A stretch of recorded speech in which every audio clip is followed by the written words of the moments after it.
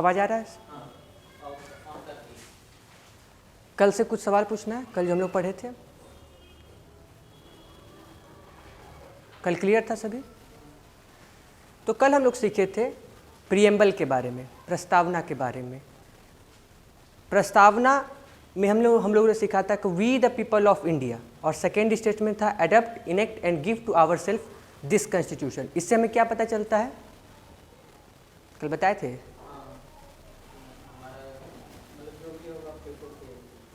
हाँ, मतलब जो सोवेर्निटी है, यानी कि जो संप्रभुता है, वो भारत के लोगों में निहित है, और भारत के लोग से जो हमारा संविधान है वो अथॉरिटी लेता है। हमने अथॉरिटी भी बताया था, जो ज़्यादा शक्तिशाली होता है वही किसी और को अपनी शक्तियाँ दे सकता है कि आप हमारी इस शक्तियाँ का प्रयोग करके आप ये सब कार्य कर सकते हो। और ये सुप्रीम कोर्ट ने किस जजमेंट में कहा था? मदन गोपाल के केस में कहा था। 1954 का केस हमने बताया था। क्या प्रीएम्बल इन्फोर्सिएबल है? ये किस में कहा गया, किस जजमेंट में? ए.के. गोपालन, है ना, ए.के. गोपालन वर्सेस स्टेट ऑफ केरला के केस में ये चीज़ कहा गया। ए.के. गोपालन का केस भी हमने समझाया था, और हमने एक और केस समझाया था। हमने ए.के. गोपालन का समझाया था, मदन गोपाल का समझाया था, और तीसरा एक केस हम लोग स्टडी किए थे, कौन सा? एक और केस के बारे में हम एक्सप्लेन किए थे, बेरूबारी यूनियन के केस के बारे में। तो वो 3 केस स्टडी आपको क्लियर है, क्या उस केस में हुआ वो भी क्लियर है। आज हम लोग उसके आगे सीखेंगे। पहले एक बार प्रीएम्बल बोलेंगे। We the people of India having solemnly resolve to constitute India into sovereign socialist secular democratic republic. उसके आगे क्या है? And to secure to all its citizens. यहाँ पे क्या है? सिटीजन्स। क्या क्या सिक्योर करना चाहते हैं हम? जस्टिस, लिबर्टी, इक्वालिटी और फ्रेटर्निटी। ये 4 क्या है? ये हमारे संविधान के ऑब्जेक्टिव्स हैं। कल ये बात को हम बताए थे। ऑब्जेक्टिव मतलब जो हम पूरा करना चाहते हैं। जैसे आप लोग अफसर बनना चाहते हैं, अधिकारी बनना चाहते हैं, तो ये आपका ऑब्जेक्टिव है, ये हम पूरा करना चाहते हैं। ये हमारे संविधान के ऑब्जेक्टिव्स हैं। तो पहले हम इन सभी टर्मों को आज सीखने का प्रयास करेंगे। जैसे सोवरेन हो गया, सोशलिस्ट हो गया, सेक्युलर हो गया, और हमारा एक हो गया डेमोक्रेटिक रिपब्लिक।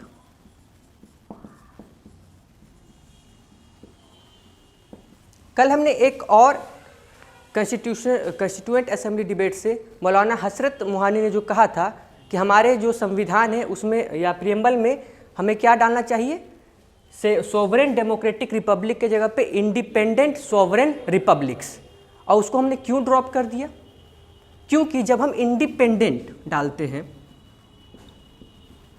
अगर इस शब्द को हम डालते इंडिपेंडेंट सोवरेन रिपब्लिक्स, तो उन्होंने क्या एक्सप्लेन किया था? उन्होंने यूएसएसआर का एग्जाम्पल दिया था।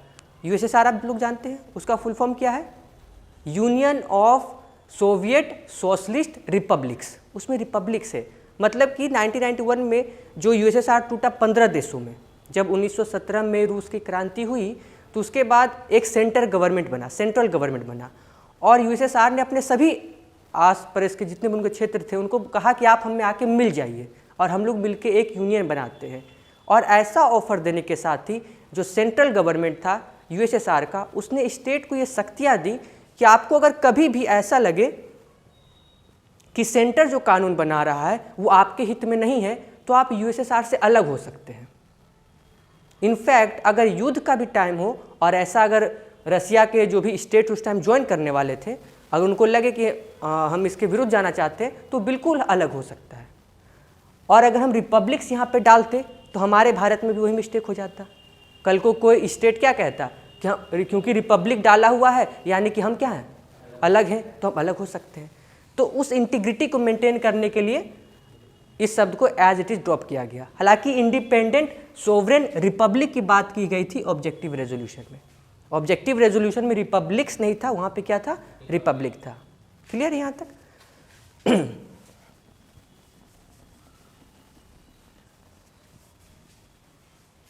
आज हम लोग इन 5 शब्दों को समझने का प्रयास करेंगे। सोवरेन का मतलब क्या होता है? वो तो हिंदी हुआ। सोवेनिटी का मतलब, जैसे कि जो हमारा रेगुलेटिंग एक्ट बना 1773, या फिर पिट्स इंडिया एक्ट हो, या फिर चार्टर एक्ट हो, ये सब क्या हुआ, बना कहाँ? ब्रिटेन में, ब्रिटेन की संसद में बना, और हम पे उसे थोपा गया। लेकिन उसके बाद जब थोड़े आंदोलन हुए, थोड़े से उसमें बदलाव की बात की गई, तो गवर्नमेंट ऑफ इंडिया नाम से आया, जिसको हम लोग चेम्सफोर्ड रिफॉर्म या मोंटेग्यू चेम्सफोर्ड रिफॉर्म कहते हैं, मार्लियामेंटो रिफॉर्म कहते हैं, या गवर्नमेंट ऑफ इंडिया एक्ट 1935। तो ये एक तरह से गिफ्ट हो गया इंडिया के लिए। गिफ्ट कैसा हो गया? मेन डील कौन करेगा? British parliament. वो एक गाइडलाइन देगा कि आपको इसी आधार पे अपने एक्ट को बनाना है। हम संप्रभु नहीं थे, लेकिन जब हम आज़ाद हो गए, जब हमने आज़ादी मिल गई और हमने एक संप्रभु संविधान सभा का निर्माण किया। संविधान सभा संप्रभु था, मतलब अब उसके ऊपर ब्रिटेन का कोई भी आदमी या ब्रिटेन की सरकार कोई गाइडलाइन नहीं जारी कर सकती थी। हम स्वतंत्र थे कि हम कैसे संविधान या कैसे राष्ट्र का निर्माण करना चाहते हैं। हम चाहते तो सेक्युलर ना होके एक कोई धर्म स्पेशलिस्ट हो जाते, जैसे पाकिस्तान हो गया आज़ादी के बाद, या फिर हम उसके डोमिनियन को स्वीकार कर सकते थे। पाकिस्तान 1956 तक ब्रिटिश का डोमिनियन था, उसके बाद उसने फिर अपना संविधान और बाकी कुछ निर्माण किया। हम चाहते तो मोनार्की हो सकते थे, हम रिपब्लिक ना होकर एक सिस्टम हो सकते थे। जैसे ब्रिटेन क्या है? यूनाइटेड किंगडम, रिपब्लिक नहीं है। वहाँ जो महारानी है वो वंशानुगत चलता है, तो वहाँ पे क्या है, वंश के आधार पे राज्य का या उनका देश का जो हेड है वो चलता रहता है। ठीक है, शक्तियाँ नहीं है, लेकिन सिंबॉलिक रूप में वो रिपब्लिक भी नहीं है। लेकिन हमारा जो कॉन्स्टिट्यूएंट असेंबली था वो पूरी तरह से सोवरेन था, और उसमें सोवेनिटी इस हिसाब से निहित की गई क्योंकि हमारे संविधान सभा पूरी तरह से आज़ाद थे, पूरी तरह से उन्हें छूट थी कि किसी भी तरह के संविधान का निर्माण कर सकते हैं, किसी भी तरह के कानून का निर्माण कर सकते हैं। और हम आज भी सोवरेन हैं। हमारी संसद किसी भी प्रकार का कानून बना सकती है। कोई बाहरी शक्ति या कोई बाहरी राज्य हमको गाइड नहीं कर सकता, या फिर हम पे दबाव नहीं डाल सकता कि नहीं। तो हमारी संविधान सभा पूरी तरह से संप्रभु थी अपने संविधान को किसी भी रूप में बनाने के लिए और किसी भी तरह का कानून बनाने के लिए, और हम आज भी संप्रभु हैं।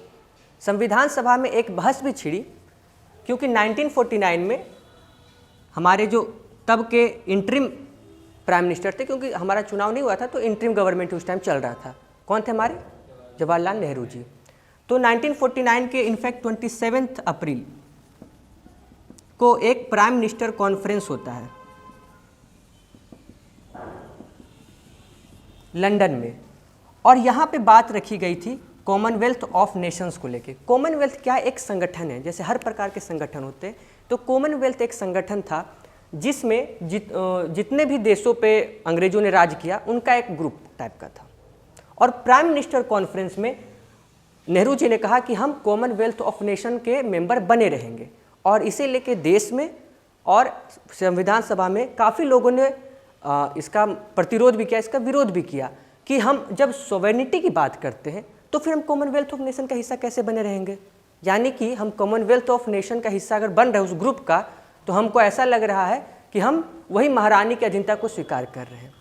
तो नेहरू जी ने संविधान सभा में कहा कि ऐसा नहीं है। इनफैक्ट जब ये मीटिंग हुआ 27 अप्रैल को, प्राइम मिनिस्टर अलग अलग देशों के प्राइम मिनिस्टर का जब कॉन्फ्रेंस हुआ लंदन में, तो नेहरू जी ने बिल्कुल ये जो कॉमनवेल्थ ऑफ नेशन का जो एसोसिएशन था उसका बिल्कुल आत्मा ही बदल दिया। पहले क्या था, जो इसके अंडर में थे, जो गुलाम थे, उनका नेशन था।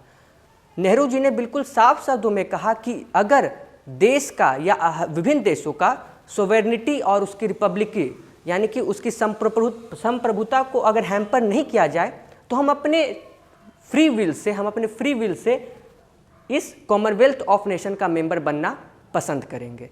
और उस दिन से ये जो कॉमनवेल्थ ऑफ नेशन है एक इंडिपेंडेंट एसोसिएशन बन गया, जैसे यूनाइटेड नेशन या बाकी कुछ होता है। हमको इच्छा है तो हम उसमें अपना सहमति देंगे, हमको नहीं इच्छा तो हम हट सकते हैं।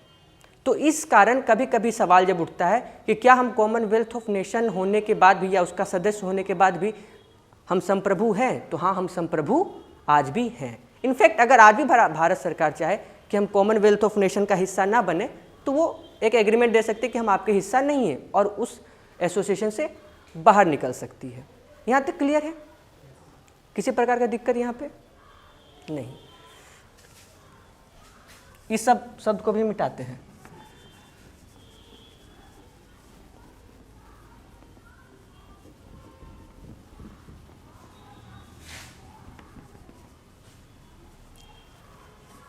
इसके बाद एक बहुत महत्वपूर्ण सवाल उठता है कि सोवेर्निटी है ये कहाँ रहती है, ये किस में निहित है। तो सोवेर्निटी भारत के लोगों में निहित है, यानी कि हर एक भारतीय में निहित है और हर एक भारतीय अपने शक्तियों का प्रयोग करते हुए संसद को, संविधान को ये शक्ति देते हैं कि आप हमारे बिहाफ में कानून बनाइए। तो अगर ऐसा 1 नंबर का एमसीक्यू में काफ़ी अच्छा सवाल पूछा जा सकता है जो अंडरस्टैंडिंग लेवल का होगा कि संप्रभु कौन है, और उसमें देगा कॉन्स्टिट्यूशन, उसमें और भी कुछ ऑप्शन रहेंगे और रहेंगे भारत की जनता। तो आंसर क्या होगा यहाँ पे? भारत की जनता। संप्रभुता हम में लाई करती है, आप में, हम में संप्रभुता लाई करती है और हम अपनी स्वेच्छा से, क्योंकि हमें राष्ट्र का निर्माण करना है तो कुछ नियम कानून हमें चाहिए, उस संप्रभुता को हमने संविधान के माध्यम से अपने संसद में निहित किया गया है। एक बहुत ही टेक्निकल सवाल आजकल उठ जाता है कि सुप्रीम कोर्ट ज़्यादा बड़ा है कि पार्लियामेंट बड़ा है, कौन सर्वोच्च है। हम देखते हैं कि कुछ कानून लाया तो उसमें सुप्रीम कोर्ट अपना कुछ बात रख देता है, कभी कभी कानून को निरस्त भी कर देता है। तो कौन संप्रभु है, कौन सर्वोच्च है, सुप्रीम कोर्ट या पार्लियामेंट?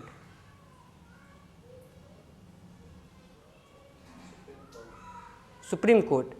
कल एक हॉरिजॉन्टल हमने डायग्राम बनाया था, सबसे ऊपर उसमें कौन था? भारत के लोग थे, उसके अंदर कॉन्स्टिट्यूशन थे, और आपने नोटिस किया होगा कि सुप्रीम कोर्ट और पार्लियामेंट को हमने एक लाइन में रखा था, यानी कि हॉरिजॉन्टल है। इंग्लिश में इसके लिए जो टर्म यूज किया जाता है वो क्या जाता है? Supremacy of supreme court, supremacy of supreme court और सोवरेनिटी ऑफ पार्लियामेंट।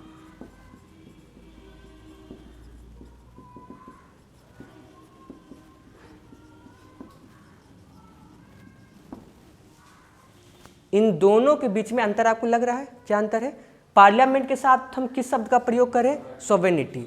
लेकिन सुप्रीम कोर्ट के साथ हम सुप्रीमेसी का प्रयोग किए, सोवेनिटी का प्रयोग नहीं किए हैं।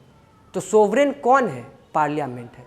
आपने शाहबानो केस में देखा होगा कि सुप्रीम कोर्ट के फैसले को पलट दिया पार्लियामेंट में, तो पार्लियामेंट पलट सकती है, लेकिन एक म्यूचुअल रेस्पेक्ट होता है ना। अगर हमारी जुडिशरी उस वैल्यू को, उस उनका जो मान सम्मान है उसको भी अपहोल्ड करना पड़ता है।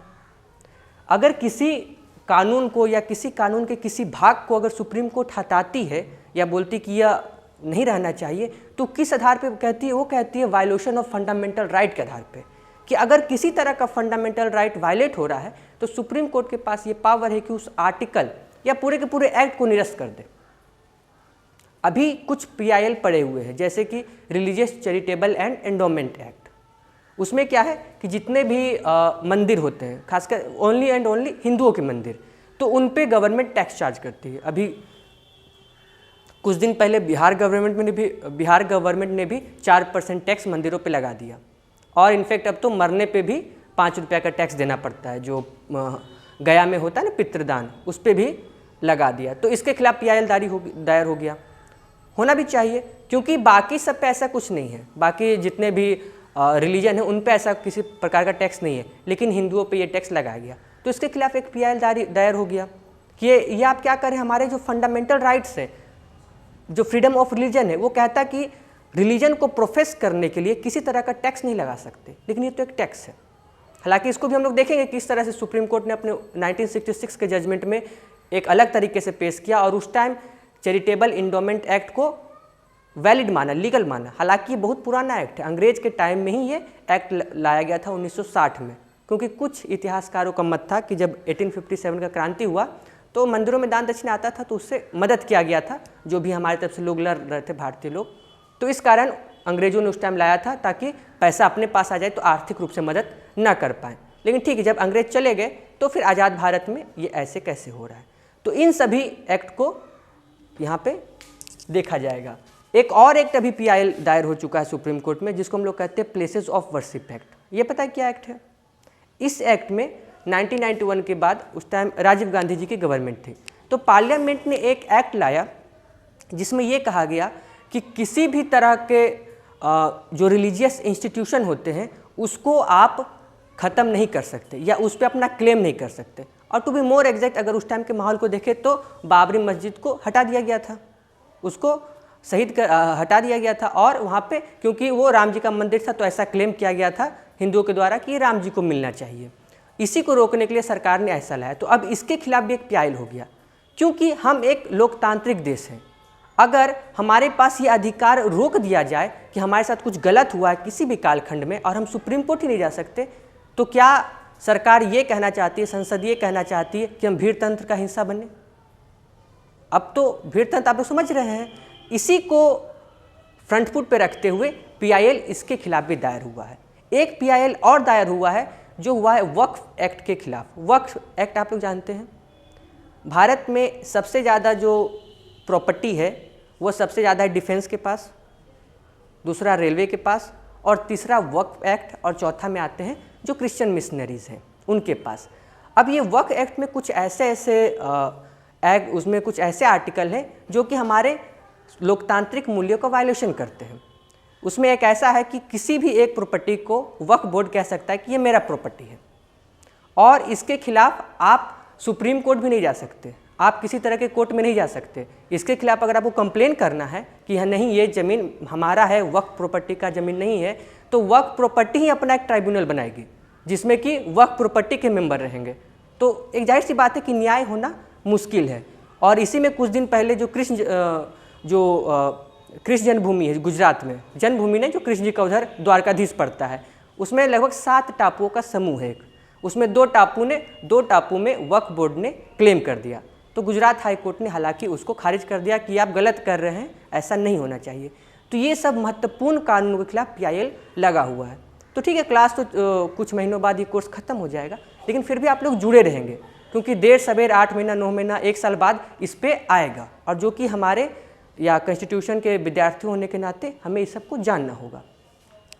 तो हम लोग देखें कि किस तरह से सुप्रीमेसी ऑफ सुप्रीम कोर्ट और सोवेरेनिटी ऑफ पार्लियामेंट में अंतर है। तो सोवरेन कौन है, संप्रभु कौन है? हमारा पार्लियामेंट है। कौन कैसे है? क्योंकि हमने अपनी संप्रभुता उसमें निहित की है। तो ये होता है हमारा सोवेरेनिटी का बात। सोवेरेनिटी के बाद अगला शब्द कौन सा है? सोशलिस्ट। सोशलिस्ट से आप लोग क्या समझते हैं? Any idea? ये कब जोड़ा गया प्रियम्बल में? क्या ये असली प्रियम्बल में था सोशलिस्ट शब्द? नहीं था। ये 42nd अमेंडमेंट 1976 के द्वारा 3 शब्द जोड़े गए, सोशलिस्ट, सेक्युलर और integrity of the nation. Socialist को समझने के लिए हमें रशियन रेवोल्यूशन को संक्षेप में समझना होगा। जब रशियन रेवोल्यूशन 1917 में हुआ और बोल्शेविक की गवर्नमेंट बन गई, तो उनका जो था वो एक मार्क्सवादी सोशलिज्म की कल्पना करते थे। मतलब कि अगर इसको थोड़ा फनी वे में समझे तो किसी आदमी के पास सरकार पूछा कि कई तल्ला के मकान, तो हुजूर 5 तल्ला के। तो 5 तल्ला क्या करेगा? 1 तल्ला तुम्हारा हुआ, 4 तल्ला मेरा हुआ, और गवर्नमेंट उस 4 तल्ला को बाकी 4 परिवार में बांट देती थी। ये हुआ एक मार्क्सवादी सोशलिज्म। लेकिन हमारा जो सोशलिज्म का कॉन्सेप्ट है, जब इंदिरा गांधी ने इसको लाया, उस टाइम तो हालांकि इमरजेंसी का दौर था, तो 28 अक्टूबर 1976 की ये घटना है। एक अखबार छपता था द स्टेट्समैन, आज भी है, आप लोग नाम सुने होंगे, फेमस अखबार, इंग्लिश अखबार है। तो स्टेट्समैन में इंदिरा गांधी जो हमारी तब की प्रधानमंत्री थी, उनका एक इंटरव्यू छपा। तो उन्होंने इसमें कहा कि हमने जो ये सोशलिज्म ऐड किया है, यह रशियन रेवोल्यूशन का सोशलिज्म नहीं है। रशियन रेवोल्यूशन में क्या था कि इंडिविजुअल प्रॉपर्टी को कॉन्फिस्केट कर लेना, मतलब उसको एक तरह से हड़प लेना और डिस्ट्रीब्यूट कर देना। दूसरा, जितने भी प्राइवेट फैक्ट्री हो गए, प्राइवेट प्रॉपर्टी हो गए, सबको नेशनलाइज कर देना कि कोई भी प्राइवेट कंपनी नहीं रहेगी, सब सरकारी कंपनी रहेगी। तो इंदिरा गांधी ने इस बात को क्लियर किया अपने इस इंटरव्यू में कि हमारा जो सोशलिज्म है वो रशियन सोशलिज्म नहीं है। हमारा जो सोशलिज्म है उसका मतलब सब चीज़ को नेशनलाइजेशन नहीं कर देना, ये नहीं कि हम सब चीज़ को हड़प लेंगे, वैसी कंपनी को सिर्फ नेशनलाइज किया जाएगा या फिर सरकार अपने अंडर ले लेगी जो डूब रहा हो या जिसको वैसा ज़रूरत हो। और जब बात आती है सोशल सोशलिज्म की कि किसी को 5 तल्ला मकान है तो क्या हम उसका 4 तल्ला ले लेंगे, तो नहीं, वैसा भी नहीं होगा। हमारा जो सोशलिज्म है इसको फर्दर एलोबरेट किया गया सुप्रीम कोर्ट के द्वारा, और सुप्रीम कोर्ट ने कहा कि जो भारत का सोशलिज्म है वो हमारा जो असमानता है, आय की असमानता, उसे खत्म करने की तरफ जाती है। वो एक वेलफेयर स्टेट की कल्पना करती है। क्या समझते हैं वेलफेयर स्टेट की कल्पना? मतलब जैसे हम लोग देखते हैं सरकार क्या करती है, गरीबों को घर देती है, खाना देती है, उनके अपॉर्चुनिटी मिल सके, यानी कि उनको भविष्य में तरक्की कर सके, फ्री एजुकेशन का प्रावधान करती है, और भी जो जीवन के मूलभूत आवश्यकता है उनके लिए फ्री सिस्टम लाती है या फिर सब्सिडी प्रोवाइड करती है। तो ये क्या है, एक वेलफेयर स्टेट या फिर वेलफेयर सोसाइटी की परिकल्पना है, या उसको हम अचीव करना चाहते हैं। हम यहाँ पे अमीरों से छीन नहीं रहे हैं। अगर कोई मेहनत से कमा के करोड़ों का घर बंगला ले रहा है तो हम उसको कॉन्फिस्केट नहीं करेंगे, लेकिन जो सरकार है वो ये ध्यान रखे कि गरीब को भी जो भारतीय हो उसको जीवन जीने के लिए ज़रूरी सुविधाएं मिल सके। और सिर्फ जीवन जीने के लिए ज़रूरी सुविधा ही नहीं, इनफैक्ट उसको अगर उसका बच्चा हुआ तो उसको एक अपॉर्चुनिटी चाहिए, क्योंकि United Nation declaration for human rights का आर्टिकल 1 क्या कहता है, every man is born free and equal in dignity. अब क्योंकि वो बच्चा स्वतंत्र पैदा हुआ है तो उसको हम एक इक्वल अपॉर्चुनिटी दें ताकि वो भविष्य में आगे बढ़ सके, है ना। लाल बहादुर शास्त्री जी भी पहले नदी पार करके जाते थे तो पढ़ने को, यानी कि काफ़ी गरीबी स्थिति थी, लेकिन भारत के प्रधानमंत्री बने। तो जब हम पढ़ने का एक इक्वल स्टेटस एंड अपॉर्चुनिटी देंगे तो ही तो एक व्यक्ति विकास कर पाएगा खुद का। तो इस हिसाब से हमारा सोशलिज्म काम करता है। हालांकि यहाँ पे हम सभी टर्म को काफ़ी कॉन्साइज वे में लेकर चल रहे हैं, यानी कि संक्षिप्त वे में, क्योंकि ये बार बार हमारे अभी आते जाएंगे। जब तक ये संविधान चलेगा ना तब तक किया आएगा।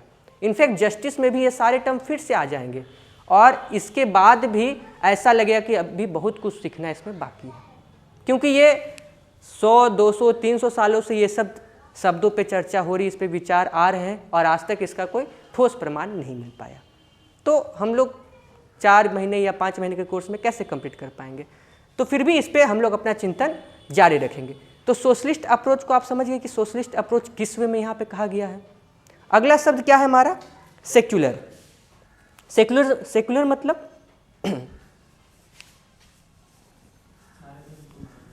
सारे धर्म को मानने वाला।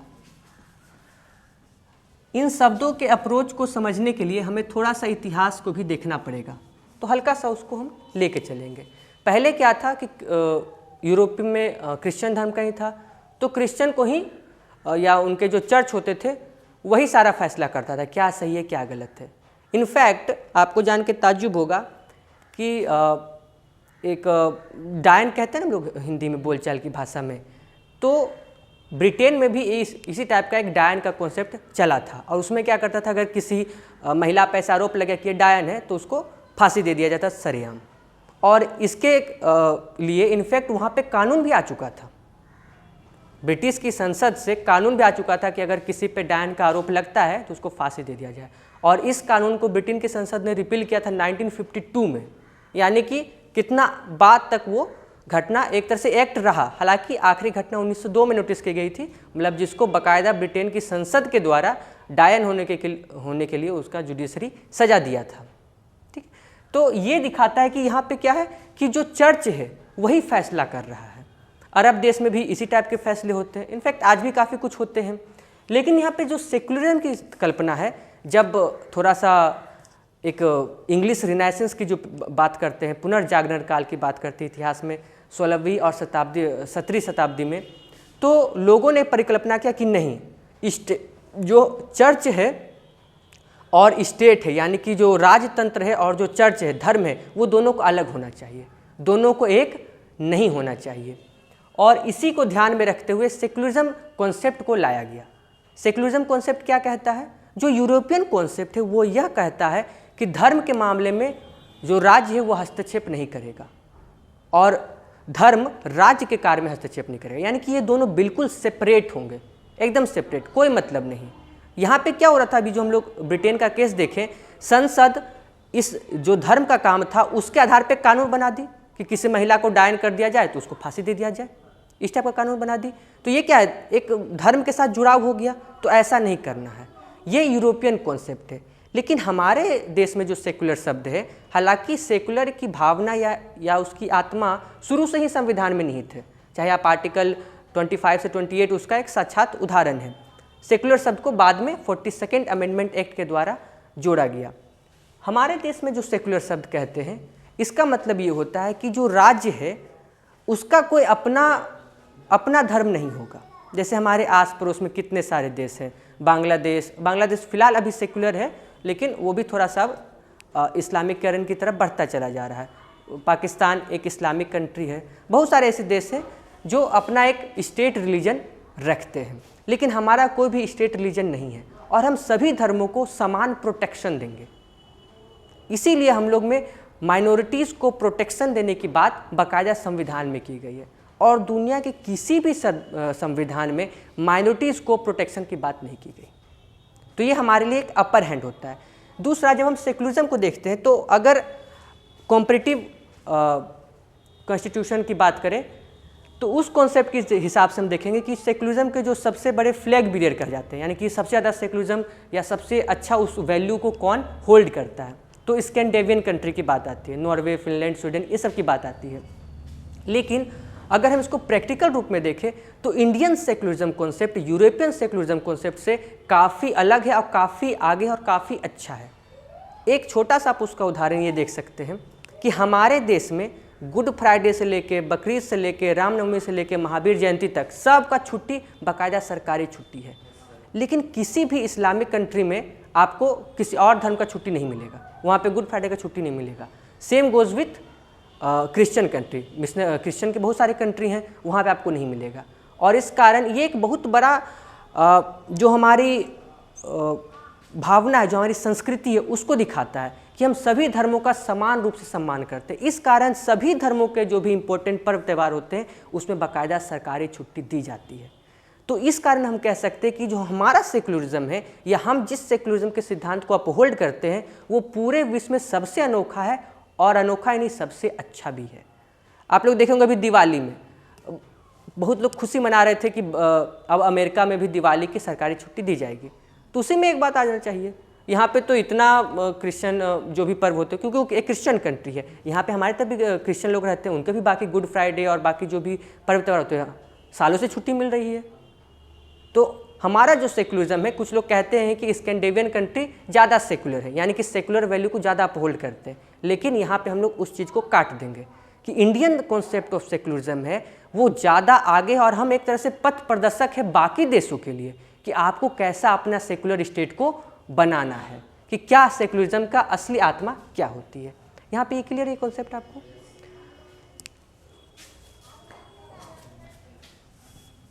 क्या कुछ सवाल है?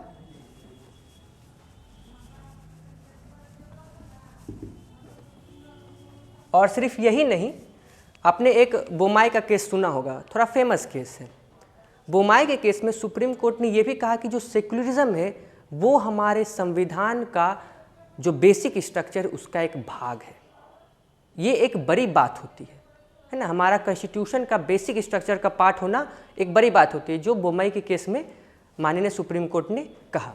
इसके बाद जो नेक्स्ट टर्म है वो कौन सा है हमारा? डेमोक्रेटिक।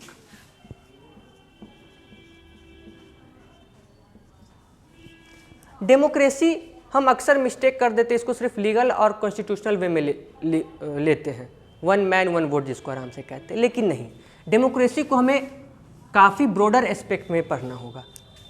एक डेमोक्रेसी होता है जिसे हम लोग कहते हैं पॉलिटिकल डेमोक्रेसी, दूसरा जो होता है जिसे हम लोग कहते हैं सोशल डेमोक्रेसी, और तीसरा जो होता है जिसे हम कहते हैं इकोनॉमिक डेमोक्रेसी।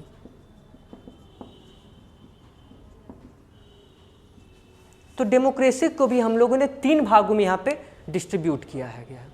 जो हमारे प्रियम्बल में पार्ट है, जस्टिस की बात की गई है, लिबर्टी की बात की गई है, इक्वालिटी की बात की गई है और फ्रेटर्निटी की बात की गई, वो सारे इस सोशल डेमोक्रेसी के ही पार्ट हैं। पॉलिटिकल डेमोक्रेसी क्या होता है? यानी कि हर व्यक्ति को छूट होना चाहिए। जस्टिस में एक पॉलिटिकल जस्टिस की बात की गई है। जस्टिस क्या कहते हैं? जस्टिस किस टाइप का justice? Social, economic and political.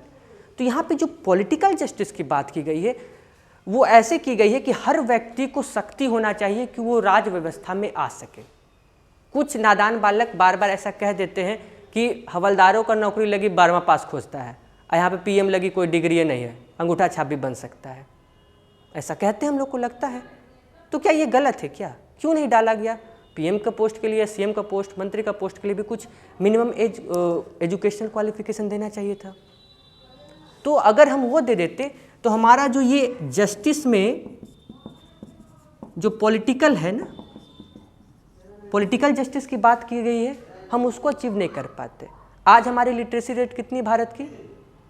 72% के आसपास है। जब हम आज़ाद हुए थे तो कितनी थी? मुश्किल से 15-16%। अगर हम इस पॉलिटिकल डेमोक्रेसी की बात करते या फिर वहाँ पे हम एजुकेशनल क्वालिफिकेशन कर देते तो क्या हर व्यक्ति अपना प्रतिनिधित्व चुन सकता था? नहीं चुन सकता था। अभी हम लोग इसको और डिटेल में समझेंगे। इस पॉलिटिकल डेमोक्रेसी का ही एक हिस्सा है जिसको हम लोग कहते हैं रिप्रेजेंटेटिव डेमोक्रेसी। नहीं, डेमोक्रेसी का इसको पार्ट हम लोग कह सकते हैं। यहाँ हमने क्या किया? डेमोक्रेसी को वाइडन किया। डेमोक्रेसी सिर्फ वन मैन वन वोट तक सीमित नहीं है। वह कॉन्सेप्ट पॉलिटिकल डेमोक्रेसी है। सोशल डेमोक्रेसी मतलब लिबर्टी की बात की गई है, इक्वालिटी की बात की गई है, जस्टिस की बात की गई है और फ्रेटर्निटी की बात की गई है। और इकोनॉमिक डेमोक्रेसी, इकोनॉमिक डेमोक्रेसी हमारे संविधान में है, कहीं दिखता है? Equal pay for equal work, पुरुष महिला को समान समान देना, है ना। और बाकी जितना वोटिंग का अधिकार हो गया, किसी का जाति धर्म नहीं देखा जाएगा, वो सब क्या हमारे पॉलिटिकल डेमोक्रेसी है। पाकिस्तान में कोई भी नॉन मुस्लिम एक फिक्स्ड पद के ऊपर नहीं जा सकता। कोई भी नॉन मुस्लिम वहाँ पे सुप्रीम कोर्ट का जज या उसका जो पाकिस्तान का सुप्रीम कोर्ट है या राष्ट्रपति प्राइम मिनिस्टर के पद पे नहीं जा सकता। तो वहाँ पे क्या पॉलिटिकल डेमोक्रेसी है? नहीं है। लेकिन हमारे देश में पॉलिटिकल डेमोक्रेसी है। आप में योग्यता है, किसी भी धर्म किसी भी जाति के हैं, आप सर्वोच्च से सर्वोच्च पद को प्राप्त कर सकते हैं। डेमोक्रेसी को भी हम लोग दो टाइप की डेमोक्रेसी होती है। एक होता है रिप्रेजेंटेटिव डेमोक्रेसी और एक होता है डायरेक्ट डेमोक्रेसी। शब्द से यहाँ पे क्लियर होगा। डायरेक्ट डेमोक्रेसी मतलब डायरेक्ट जनता के द्वारा, हर एक जनता अपना भाग लेगी। लेकिन क्या इतने बड़े देश में संभव है कि कुछ भी बात हुआ तो 130 करोड़ भारतीय अब खड़ा हो जाएंगे और हल्ला करेंगे? तो समझ ही रहे हैं, यहाँ तो संसद में 500-600 लोग रहते हैं, उसी में इतना हल्ला होता है। जूता चप्पल भी अब तो चलने लगता है, जो कि सही बात नहीं है। तो हमारे में कैसा है? Representative democracy. इनफैक्ट हर एक प्रैक्टिकल वे में हर देश में रिप्रेजेंटेटिव डेमोक्रेसी ही आपको दिखेगा। रिप्रेजेंटेटिव डेमोक्रेसी का कॉन्सेप्ट क्या कहता है? एक अपना प्रतिनिधित्व चुनना। एक लोग क्या करेंगे? अपना एक रिप्रेजेंटेटिव को सेलेक्ट करेंगे और वो रिप्रेजेंटेटिव सेलेक्ट होकर कहाँ चला जाता है? पार्लियामेंट में चला जाता है। तो क्योंकि यह व्यक्ति हमारे देश में अमूमन 10 लाख पे एक चुना जाता है ना, तो ये जो 10 लाख पे एक चुना गया वो क्या कर रहा है? 10 लाख लोगों का प्रतिनिधित्व कर रहा है, यानी कि उनको रिप्रेजेंट कर रहा है। और इसलिए हम लोग इसको कहते हैं रिप्रेजेंटेटिव फॉर्म ऑफ डेमोक्रेसी। क्योंकि प्रैक्टिकल वे में हमें 130 करोड़ भारतीयों को एक साथ आके कानून बनाना पॉसिबल नहीं है, तो हम रिप्रेजेंटेटिव फॉर्म ऑफ डेमोक्रेसी को यहाँ पे अपहोल्ड करते हैं। डायरेक्ट डेमोक्रेसी भी कभी कभी इसमें बात उठती है जिसमें हम लोग रेफरेंडम या इनिशिएटिव की बात करते हैं। कुछ साल पहले क्या हुआ, कोरोना से पहले की बात है, सिंगापुर में एक एक्ट लाया गया वहाँ के पार्लियामेंट के द्वारा कि जो भी बेरोजगार लोग हैं उनको एक फिक्स्ड अमाउंट दिया जाएगा ताकि वो अपना जीवन सही से बिता सकें। तो संसद में हो गया बात। तो वहाँ क्योंकि थोड़ी सी आबादी कम है तो वहाँ पे ये कॉन्सेप्ट है डायरेक्ट डेमोक्रेसी का। अगर किसी एक्ट पे वैसा असहमति हो जाए या थोड़ा सा ज़्यादा बात हो जाए तो डायरेक्ट डेमोक्रेसी का वहाँ पे मदद लिया जाता है, जिसको हम लोग कहते हैं रेफरेंडम। इसमें क्या कहा जाएगा कि जो भी एक्ट है, जो भी बिल है, वो बता दिया गया है न्यूज़ के माध्यम से, सरकार के माध्यम से हर एक जनता को बता दिया जाएगा। और जो जनता वोट देती थी वही जनता वोट देगी, लेकिन इस बार सरकार नहीं चुनेगी, इस बिल के लिए वोट देगी कि यह बिल पास होगा या पास नहीं होना चाहिए। इसको हम लोग कहते हैं एक तरह से ये डायरेक्ट डेमोक्रेसी का फॉर्म है जिसमें हर एक जनता डायरेक्ट पार्टिसिपेट कर रही है। लेकिन हमारे देश में ऐसा कुछ भी नहीं है। हमारे देश में रेफरेंडम या इनिशिएटिव की बात नहीं है, क्योंकि कुछ दिन पहले ऐसा बात उठ रहा था कि कोई भी अगर बिल है, अगर पार्लियामेंट में ज़्यादा दिक्कत होता है तो आप उसको जैसे चुनाव करते हैं उस हिसाब से आप करवा दीजिए। देश की जनता अगर हाँ कह देगी तो बिल पास माना जाएगा, ना कह देगी तो बिल वहाँ पे ड्रॉप हो जाएगा। तो हमारे देश में ये रेफरेंडम का कॉन्सेप्ट नहीं है। वैसे क्या लगता है वहाँ पे बिल पास हो गया होगा? सिंगापुर में बेरोजगार को पैसा देना है, बिल ड्रॉप हो गया था। 53% लोगों ने इस बात को नकार दिया कि नहीं, हम फ्री का नहीं लेंगे। क्योंकि थोड़ा सा ये कॉन्सेप्ट आ जाता है कि हमने देश से क्या लिया, लेकिन ये भी तो पूछना चाहिए कि हमने देश को क्या दिया। ये कॉन्सेप्ट है, तो एक अच्छी बात है, वहाँ के लोग काफ़ी देश के प्रति अपना सजग हैं। इसको हम फिलहाल मिटा देता हूँ, इसको मिटा दूँ।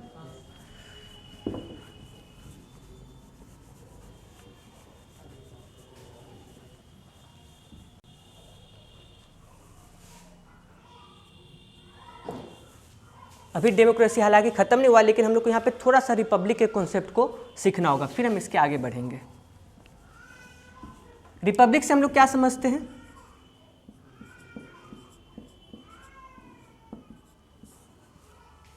रिपब्लिक मतलब स्टेट का हेड, यानी कि राष्ट्र का प्रमुख। अगर राष्ट्र का प्रमुख इलेक्टेड हो, यानी कि कोई भी बन सकता है, तो वो देश रिपब्लिक माना जाएगा। अगर वह इलेक्टेड नहीं हो तो वह देश रिपब्लिक नहीं माना जाएगा। अभी हम लोगों ने कुछ मिनट पहले ही देखा कि ब्रिटेन क्या एक रिपब्लिक है? नहीं। लेकिन हमारा देश रिपब्लिक है? तो हाँ, क्योंकि हमारे जो हेड है वो कौन है? प्रेसिडेंट साहब हैं। और प्रेसिडेंट कोई भी भारत का नागरिक बन सकता है। पाकिस्तान अपने आप को रिपब्लिक कह सकता है? कह सकता है पाकिस्तान? वो नहीं कह सकता। हाँ, सिर्फ मुस्लिम वहाँ पे बन सकता है, तो वो रिपब्लिक नहीं है। लेकिन हम रिपब्लिक है, किसी भी धर्म, किसी भी कास्ट का हो, अगर योग्यता है तो आप प्रेसिडेंट बन सकते, तो हम एक रिपब्लिक है। तो रिपब्लिक के कॉन्सेप्ट में एक यहाँ पे अगर आप थोड़ा सा जोर देंगे तो एक ऐसा सवाल उठेगा कि प्रेसिडेंट साहब क्या पार्लियामेंट के प्रति जवाबदेह होते हैं अपने एक्शंस के लिए? नहीं होते। प्रधानमंत्री होते हैं, वो जवाबदेह नहीं होते। लेकिन अगर हम किसी व्यक्ति को प्रेसिडेंट बना दिए और वो पार्लियामेंट के प्रति जवाबदेह नहीं है, तो वो अपना मनमानी कर सकता है, तो हमारा डेमोक्रेसी तो ख़त्म हो जाएगा। ऐसा हमको लग सकता है, बेसिक सवाल उठता है। लेकिन यहाँ पे क्या है? प्रेसिडेंट साहब किसके आधार पे काम करते हैं? काउंसिल्स ऑफ मिनिस्टर के आधार पे, सेम विद द गवर्नर। तो ये क्या है कि डायरेक्ट रिप्रेजेंटेटिव, यानी कि उस डेमोक्रेसी को प्रेसिडेंट साहब तक भी हम लोग अपहोल्ड कर रहे हैं, ताकि अगर कोई पद उस पद पे पहुंच गया, प्रेसिडेंट के पद पे, तो उसका गलत प्रयोग ना करे। इस कारण प्रेसिडेंट साहब किसके आधार पे काम करते हैं? काउंसिल ऑफ मिनिस्टर्स के आधार पे। और काउंसिल्स ऑफ मिनिस्टर संयुक्त रूप से किसके प्रति जवाबदेह होते हैं? संसद के प्रति होते हैं, पार्लियामेंट के प्रति। तो इस वे में भी क्या कर रहे हैं? हम अपने डेमोक्रेसी को अपहोल्ड कर पा रहे हैं, यानी कि प्रेसिडेंट साहब अपना मन से कुछ नहीं कर सकते। तो यहाँ पे कभी कभी उस दिन हम देखे थे बीपीएससी के सवाल, आप लोग आपको दिखाए थे, उसमें यही बात को होल्ड किया गया था। तो हालांकि अलग अलग पक्ष देखना कि सवाल किस उद्देश्य से पूछा जा रहा है, तो हम लोग उसको जवाब देंगे, है ना। इस हो सके आपको सवाल ऐसा पूछा जाए मेंस में कि प्रेसिडेंट साहब पार्लियामेंट के प्रति जवाबदेह नहीं होते अपने एक्शंस के लिए, तो क्या हमारा डेमोक्रेसी खतरे में आ गया? तो नहीं। तो वहाँ पे ये साइकिल हम लोग चलाएंगे। प्रेसिडेंट साहब किसके आधार पे काम करते हैं? काउंसिल्स ऑफ मिनिस्टर के आधार पे। और काउंसिल्स ऑफ मिनिस्टर संयुक्त रूप से पार्लियामेंट के प्रति जवाबदेह है। और हमारा पार्लियामेंट क्या है? एक रिप्रेजेंटेटिव फॉर्म ऑफ डेमोक्रेसी है, यानी कि हमारा जो लोकतांत्रिक वैल्यू वो अभी तक मेंटेन है। क्लियर है? अब यहाँ पार्लियामेंट्री डेमोक्रेसी की जब बात उठती है, तो पार्लियामेंट्री डेमोक्रेसी के 3 बहुत ही प्रमुख फीचर है। उसका एक कंपोनेंट है, पहला क्या है कि पीपल का रिप्रेजेंटेशंस होगा, रिप्रेजेंटेशन ऑफ पीपल। आप कहीं भी अगर पार्लियामेंट किसी भी देश में होगा, तो वहाँ पे जाहिर सी बात है कि कुछ वर्गों का रिप्रेजेंटेशन करेंगे कुछ लोग। जैसे हमारे यहाँ 10 लाख लोगों पे एक पीपल का रिप्रेजेंटेशन होता है। दूसरा क्या है कि जो सरकार होगी वह रिस्पॉन्सिबल गवर्नमेंट होगी। रिस्पॉन्सिबल गवर्नमेंट से हम लोग क्या समझते हैं?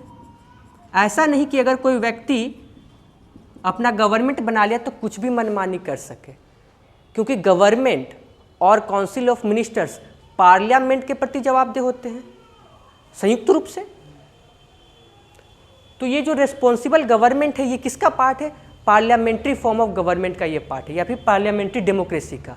अगर पार्लियामेंट नहीं रहेगा, एक बार आप चुनाव जीत गए, फिर 5 साल आपका जो मन है वो कीजिए, तो क्या हम डेमोक्रेसी को अपहोल्ड कर पाएंगे? नहीं कर पाएंगे।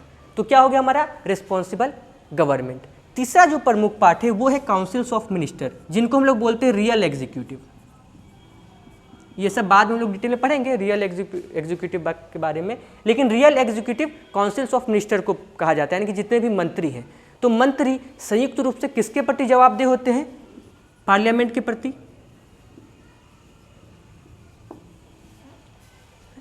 यहाँ पे हम लोग एक टर्म और जोड़ सकते हैं, रेस्पॉन्सिबल गवर्नमेंट, कि गवर्नमेंट अपना मनमानी नहीं कर सकती, क्योंकि सुप्रीम कोर्ट क्या है? एक चेक एंड बैलेंस का काम करता है। सुप्रीम कोर्ट के पास इतना भी पावर है कि किसी एक्ट को अगर वैसा लगता है कि नहीं ये हमारे संवैधानिक वैल्यू को अपहोल्ड नहीं कर पा रहा, तो उसको निरस्त नल एंड वॉइड घोषित कर दिया जाता है। तो ये तीन प्रमुख बात हैं एक पार्लियामेंट्री फॉर्म ऑफ डेमोक्रेसी के। तो हमने डेमोक्रेसी के यहाँ पे दो पार्ट देखे। एक तो हमने देखा रिप्रेजेंटेटिव डेमोक्रेसी। तो हम रिप्रेजेंटेटिव डेमोक्रेसी किस वे में है? क्योंकि हम लोग रिप्रेजेंट करते हैं अपने 10 लाख पे एक। पार्लियामेंट्री फॉर्म ऑफ डेमोक्रेसी हम लोग क्यों है? क्योंकि इसके तीन इंपॉर्टेंट पार्ट हैं। रिप्रेजेंटेशन ऑफ पीपल, आप किसी भी देश का पार्लियामेंट देखिएगा वहाँ पर रिप्रेजेंटेशन होगा। दूसरा क्या होगा? रिस्पॉन्सिबल गवर्नमेंट, वहाँ की गवर्नमेंट जवाबदेह होगी अपनी जनता के प्रति। ऐसा नहीं कि एक बार चुनाव हो गया तो अगर लिमिटेड टाइम भी है तो आप लिमिटेड टाइम तक कुछ भी मनमानी कर रहे हैं, वैसा नहीं होगा। तीसरा क्या पार्ट है?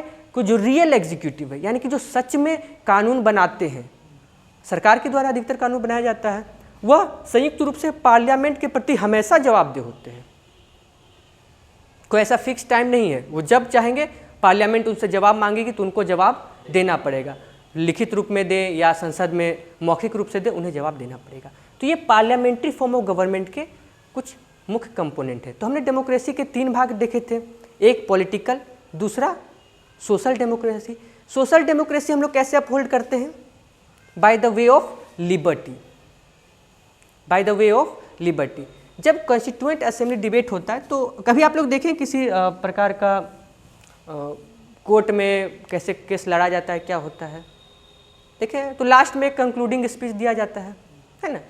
तो उसी तरह जब प्रियम्बल पे डिस्कशन हो भी रहा था, 17 अक्टूबर 1949 का आप कॉन्स्टिट्यूएंट असेंबली डिबेट पढ़ेंगे, तो उसमें JB कृपलानी जी ने प्रियम्बल की तरफ से एक कंक्लूडिंग स्पीच दिया और उसमें उन्होंने कहा कि हमारा जो डेमोक्रेसी वो सिर्फ पॉलिटिकल डेमोक्रेसी नहीं है, उसमें सोशल और इकोनॉमिक डेमोक्रेसी के कॉन्सेप्ट भी निहित है। और उसी में उन्होंने कहा कि हमारा जो सोशल डेमोक्रेसी है, जो सामाजिक है, यानी कि हम जस्टिस की बात करते हैं, लिबर्टी की बात करते हैं, इक्वालिटी की बात करते हैं और फ्रेटर्निटी की बात करते हैं, वो सिर्फ लीगल और कॉन्स्टिट्यूशनल ना रहे बल्कि हमारे जीवन में भी रहे। हम सोशल जस्टिस को कैसे अचीव कर पाते हैं? जैसे हमने अनटचेबिलिटी को गैरकानूनी बना दिया, असंवैधानिक बना दिया। समाज में किसी भी तरह का अगर भेदभाव है तो वैसा हमें नहीं रखना। बहुत तरह के एंटी सोशल फीलिंग हो जाते हैं, कास्ट के नाम पे, रिलीजन के नाम पे, या रीजनलिज्म जिसको कहते हैं क्षेत्रवाद के नाम पे भी, कि हम बिहार के हैं, तुम यूपी के हैं, ऐसे भी करके खो जाते हैं। तो ऐसा हमें फीलिंग भी नहीं रखना। इक्वलिटी हम देते हैं, चाहे महिला पुरुष को समान काम के लिए समान वेतन हो, हर एक व्यक्ति का वोट का बराबर अधिकार हो, चाहे प्रेसिडेंट साहब वोट दें या हम वोट दें, सबका वोट एक ही गिना जाएगा। अपॉर्चुनिटी की बात करते हैं, हम भी प्रेसिडेंट बन सकते हैं, हम भी प्रेसिडेंट बन सकते हैं। लेकिन यहाँ पे एक बड़ा ही इंटरेस्टिंग क्वेश्चन उठता है। एक बार क्या हुआ, पंजाब के लगभग 1996-7 की बात है। तो उस टाइम क्या हुआ कि जो वहाँ की गवर्नमेंट थी, पंजाब की गवर्नमेंट, उन्होंने एक व्यक्ति को मंत्री बना दिया। आपको पता होगा कि 6 महीना तक हम मंत्री बना सकते हैं, अगर नहीं भी चुना गया है तो। पंजाब में MLC है तो नहीं है, वहाँ पे सिर्फ MLA है, यानी वहाँ पे मेंबर ऑफ लेजिस्लेटिव असेंबली ही है, वहाँ पे काउंसिल्स नहीं है। तो एक व्यक्ति को बना दिया गया। उस व्यक्ति ने क्या किया, मंत्री के पद पे रहा, 6 महीना से कुछ दिन पहले रेजिग्नेशन दे दिया और सरकार ने उसको फिर दोबारा बना दिया मंत्री। सिचुएशन आप समझ गए, ये रियल सिचुएशन है, 1996-7 की ये बात है। और इससे एक नंबर के बहुत अच्छे टेक्निकल सवाल भी बनते हैं। क्या ऐसा हो सकता है? क्या ये संवैधानिक है ऐसा करना? अभी हम लोग उस कंसेप्ट को नहीं पढ़े, लेकिन आप लोग को इतना ज्ञान होगा कि 6 महीना के लिए हम किसी को नियुक्त कर सकते हैं, ये शक्ति है। तो यहाँ केस में क्या हुआ कि पहले उसको चुना गया, 6 महीना से कुछ दिन पहले उसने रेजिग्नेशन दे दिया और फिर से उसको 6 महीना के लिए चुन दिया गया, जो गवर्नमेंट ऑफ पंजाब थी, पंजाब गवर्नमेंट के द्वारा। तो क्या यह संवैधानिक होगा, यह कॉन्स्टिट्यूशनल होगा? ऐसा कर तो सकते हैं।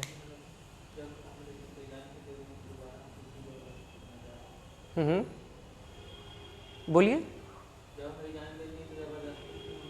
जबरदस्ती नहीं चुना जा रहा है, जबरदस्ती नहीं, वो एक्सेप्ट कर लिया, हाँ ठीक है हम फिर से आ जाते हैं। तो अगर ऐसा किया जाए तो ये एक तरह से मनमानी नहीं हो गया कि हम डेमोक्रेटिक वैल्यू को होल्ड कर पा रहे हैं। हम अभी तो सीखे हम लोग रिप्रेजेंटेटिव डेमोक्रेसी का नहीं, जनता नहीं चुना, सरकार फिर से उसको अपॉइंट कर दिया। हाँ हाँ, सरकार ही उसको अपॉइंट किया कि आप फिर से 6 साल के लिए हो जाइए। फॉलो नहीं हो रहा। यही सवाल उठा था सुप्रीम कोर्ट के सामने, जिसको हम लोग कहते हैं एसआर चौधरी का केस, SR Chaudhary versus state of Punjab.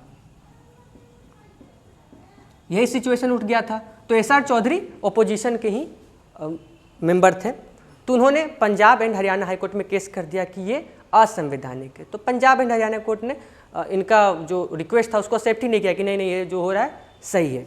तो एसआर चौधरी फिर पहुंच गए सुप्रीम कोर्ट कि देखिए ये असंवैधानिक है। तो सुप्रीम कोर्ट ने इसको एक्सेप्ट किया और सुप्रीम कोर्ट ने कहा अपने जजमेंट में, 2001 का शायद ये जजमेंट है, 2001 का ये जजमेंट है। 2001 के जजमेंट में कहा कि हम जिस तरह की रिप्रेजेंटेटिव डेमोक्रेसी को फॉलो कर रहे हैं, हम क्या देखें, टू द प्रेसिडेंट जो सबसे ऊपर है वहाँ तक भी हम अपने उस जनता से जो पावर ले रहे हैं उसको अपहोल्ड कर रहे हैं। तभी तो हम प्रेसिडेंट साहब को मनमानी करने का पावर नहीं दे रहे हैं। अगर जब हम ऐसा करते तो हम क्या कर रहे हैं, एक तरह से ऑटोक्रेसी की तरफ बढ़ रहे हैं, क्योंकि 6 महीना के लिए हम अपॉइंट किया जा सकता है इमरजेंसी के रूप में, इमरजेंसी प्रोविजंस के रूप में हम 6 महीना के लिए अपॉइंट कर सकते हैं, लेकिन उसके बाद उस व्यक्ति को जनता से डायरेक्ट अथॉरिटी लेना होगा, चाहे वो रिप्रेजेंटेटिव फॉर्म ऑफ डेमोक्रेसी के रूप में उसे लेकर आए। तो इस हिसाब से सुप्रीम कोर्ट ने इसको मना कर दिया, इसको अनकॉन्स्टिट्यूशनल करार दे दिया गया।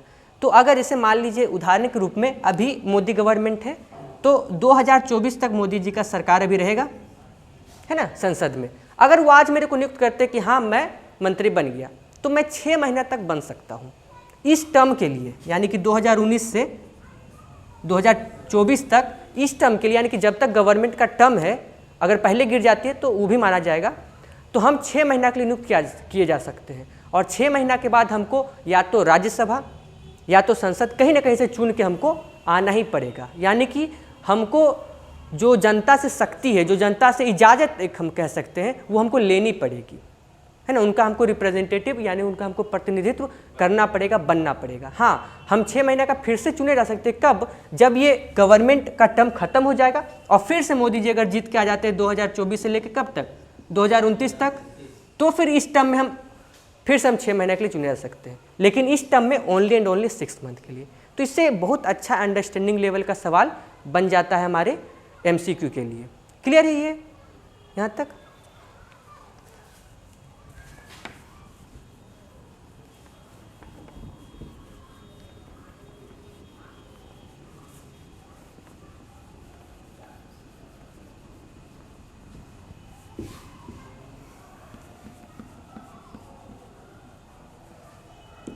तो हमने सोशल डेमोक्रेसी को भी समझा और यहाँ पे एक लास्ट हम लोग का बचता है इकोनॉमिक डेमोक्रेसी। इकोनॉमिक डेमोक्रेसी हम लोग क्या समझते हैं? इकोनॉमिक डेमोक्रेसी का मतलब हुआ, जैसे हमने रशियन रेवोल्यूशन में ही बात किया था कि रशिया में क्या हुआ कि जिसके पास अधिक पैसा है सरकार उससे कॉन्फिस्केट कर ली। JB कृपलानी जी ने अपने कंक्लूडिंग स्पीच में, जब वो प्रेमबल का कंक्लूडिंग स्पीच दे रहे थे, तो उसमें कहा कि हमारा जो पॉलिटिकल डेमोक्रेसी है, ठीक है, उसको हम एक हद तक अटेंड कर सकते हैं, लेकिन इकोनॉमिक डेमोक्रेसी हम अटेंड नहीं कर सकते। उस बैरियर को ख़त्म करना पॉसिबल नहीं है, चाहे किसी कालखंड में कुछ अमीर होंगे कुछ गरीब होंगे। लेकिन यहाँ पे इकोनॉमिक डेमोक्रेसी कहने का मतलब ये है कि सरकार गरीब के लिए कार्य करे। हम अमीरों से टैक्स के रूप में या जो सक्षम है उनसे लेते हैं, लेकिन हम क्या करते हैं, गरीबों को घर देते हैं। अमीरों को देते हैं घर? नहीं देते। गरीबों को खाने का सुविधा दिया, एजुकेशन या फिर मेडिसिन, ये सब को देते हैं, जो मूलभूत आवश्यकता है जिससे व्यक्ति अपना जीवन निर्वाह कर सके, प्लस वो अपना डेवलपमेंट भी कर सके। दोनों चीज़ को इसमें इंक्लूड किया जाता है। एक तो होता है जीवन का निर्वाह करना कि जीवन जी लिए, दूसरा होता है डेवलपमेंट। डेवलपमेंट कब होगा? जब उसको बेटर हेल्थ फैसिलिटी मिले, उसको बेटर फूड मिले, न्यूट्रिशियस फूड। पहले हम लोग सिर्फ पेट भरने का बात करते थे, लेकिन अब पेट भरने से काम नहीं चलेगा, न्यूट्रिशन से काम चलेगा। पेट तो उस बच्चा का ही भर जाता है जो चीज़ बर्गर खाता है, लेकिन क्या उसके पास न्यूट्रिशन है? नहीं है।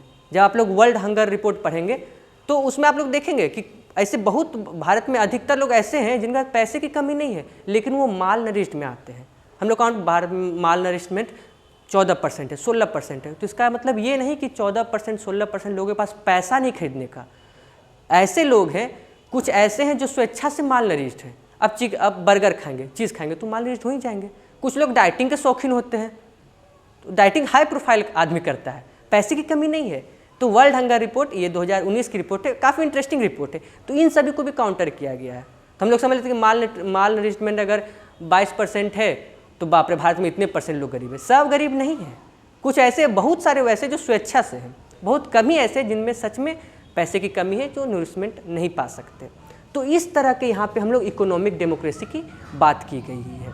यहाँ पे ये भी ध्यान रखा गया है इकोनॉमिक डेमोक्रेसी में, इनफैक्ट जब 1949 का ही जब ये डिबेट चल रहा था, उसी में इसी के अंदर ही सोशलिज्म का कॉन्सेप्ट और वेलफेयर स्टेट का कॉन्सेप्ट भी निहित है। हम इकोनॉमिक डेमोक्रेसी क्या कर रहे हैं कि गरीबों को, सरकार गरीबों के साथ खड़ा रहे। अमीर तो ठीक है अपना कमा रहा है, उसको स्वतंत्रता है, ईमानदारी से जितना कमाए वो कमाए, लेकिन इसका मतलब ये नहीं कि जो गरीब है वो छूट जाए। उसको जीवन की मूलभूत आवश्यकताएं और डेवलपमेंट के लिए जो भी ज़रूरी बातें हैं, जरूरी चीज़ों की आवश्यकता है, वो भी उसको बराबर मिलती रहनी चाहिए। तो इस तरह के यहाँ पे हमने सोशल, इकोनॉमिक और पॉलिटिकल डेमोक्रेसी को देखा। रिपब्लिक को हमने समझ लिया था, और यहाँ पे हमने एक और कॉन्सेप्ट को समझा था, पॉलिटिकल जस्टिस का। पॉलिटिकल जस्टिस कैसे? अभी हमने देखा ना, रिप्रेजेंटेटिव फॉर्म ऑफ डेमोक्रेसी, यानी कि एक वर्ग विशेष अपने प्रतिनिधित्व को भेजता है। अब मान लीजिए आज़ादी के टाइम की बात करें, जब हमारी साक्षरता दर 16-17% थी। अब वहाँ पे नेगेटिव वे में नहीं लेना, लेकिन मान लेते कि ठीक है, उस टाइम हमारे किसानों की स्थिति काफ़ी ख़राब थी, अधिकतर लोग बहुत ज़्यादा शिक्षित भी नहीं थे। अगर वहाँ पे अगर हमारे संविधान निर्माता कर देते कि जो PhD करेगा वही चुनाव में खड़ा हो सकता है, तो क्या किसान भाई अपने प्रतिनिधित्व को भेज सकते थे? किसान हो गए व वैसे डिप्रेस्ड क्लास या जितने भी काउंट करते हैं, तो इस कारण हम उस वैल्यू को उस टाइम नहीं अटेंड कर पाए। तो अगर कभी नादान बालक या कोई मासूम सा बच्चा ऐसा कह दे कि हवलदार में 12वीं पास खोज रहा है और प्रधानमंत्री अंगूठा छाप खोज रहा है, तो समझ रहे कि वो अभी थोड़ा सा नादान है। ऐसा क्यों कहा गया? हाँ, जब हम लोग लिटरेसी को अच्छा खासा अटेंड कर लेंगे 80% 90%, तो शायद हम उसमें फिर एक डिग्री डाल भी थे, एजुकेशनल क्वालिफिकेशन। तो आज थोड़ा सा टाइम हो चुका है, तो आज हम लोग इसी 5 टर्म को समझे हैं। हालांकि ये 5 टर्म हम पूरा नहीं समझे, एक हम लोग इसको संक्षिप्त रूप में देखे हैं। बाकी further fundamental rights, fundamental duties जब पढ़ेंगे जस्टिस के क्लास में, और इसको पूरे जीवन भर हम लोग समझते रहेंगे, तो भी लगेगा कि कुछ ना कुछ अभी बाकी ही रह गया है। तो कल हम लोग बाकी प्रियम्बल पढ़ेंगे और प्रियम्बल हमारा कल समाप्त हो जाएगा। तो अब इसको मिटाता हूँ और जस्टिस वाली कॉपी आप लोग निकाल लीजिए। इसमें सवाल कुछ पूछना है? यहाँ तक क्लियर है?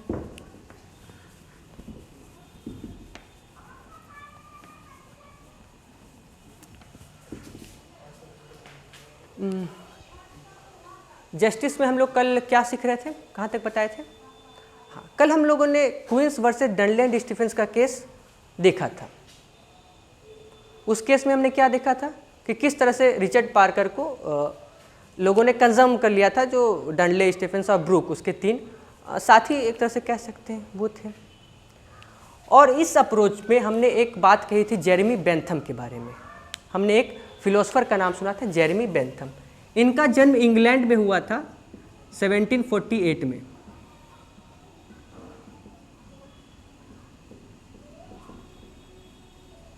ये किस थ्योरी के प्रतिपादक थे? जिसको हम लोग कहते हैं यूटिलिटेरियनिज्म, यानी कि यूटिलिटी, कॉन्सेप्ट ऑफ यूटिलिटी के। इन्होंने क्या कहा था? इन्होंने काफ़ी आसान शब्दों में कहा कि the just thing to do, the moral thing is to do, is to attain utility, is to maximise utility. और मैक्सिमाइज यूटिलिटी से हम क्या समझते हैं, इसके बारे में हम लोग चर्चा किए थे। मैक्सिमाइज यूटिलिटी मतलब हैप्पीनेस, सुख और दुख के बीच में हमें क्या प्रयास करना है कि जो सुख का मात्रा है वो बढ़े। इन्होंने बिल्कुल आसान शब्दों में कहा कि हर व्यक्ति के मात्र 2 ही गुरु होते हैं, एक होता है सुख और एक होता है दुख, और हर व्यक्ति चाहता है कि मेरी सुख की मात्रा बढ़ते जाए और दुख की मात्रा कम होते जाए। और चाहे इंडिविजुअल हो या कम्युनिटी हो या फिर इनफैक्ट कोई पॉलिसी मेकर ही या फिर लेजिस्लेचर ही क्यों ना हो, जब भी वो फैसला ले तो इस बात को ध्यान में रखे कि यूटिलिटी को मैक्सिमाइज करें। अब इसके आगे आज हम लोग स्टार्ट करते हैं। एक रियल केस स्टडी हम लोग सुनेंगे चेक रिपब्लिक का। आप लोग चेक रिपब्लिक सुने हैं, एक देश का नाम है, यूरोपियन कंट्री है, डेवलप है काफ़ी। तो इसमें क्या हुआ, कुछ साल पहले सरकार ने सिगरेट पर एक्साइज ड्यूटी बढ़ा दिया। एक तरह का टैक्स होता है एक्साइज ड्यूटी। और इकोनॉमिक्स का काफ़ी सिंपल सा सिद्धांत है कि किसी भी चीज़ का दाम बढ़ेगा तो उसका डिमांड घट जाएगा, यानी कि कंपनी को थोड़ा सा फायदा कम होता। तो एक सिगरेट की कंपनी थी जिसका नाम था फिलिप मॉरिस।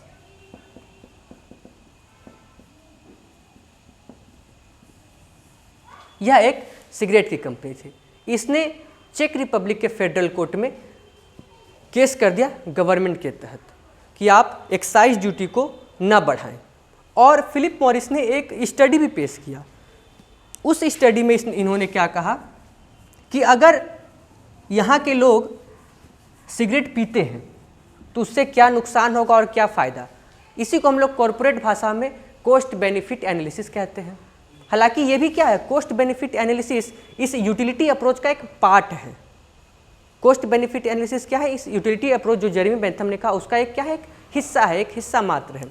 और इसमें कॉस्ट में इसने बताया कि अगर जनता अधिक से अधिक सिगरेट पिएगी तो उससे क्या होगा, ज़्यादा थोड़ा सा हेल्थ एक्सपेंडिचर बढ़ जाएगा, ज़्यादा लोग बीमार पड़ेंगे। और बेनिफिट में इसने काफ़ी कुछ इंक्लूड किया।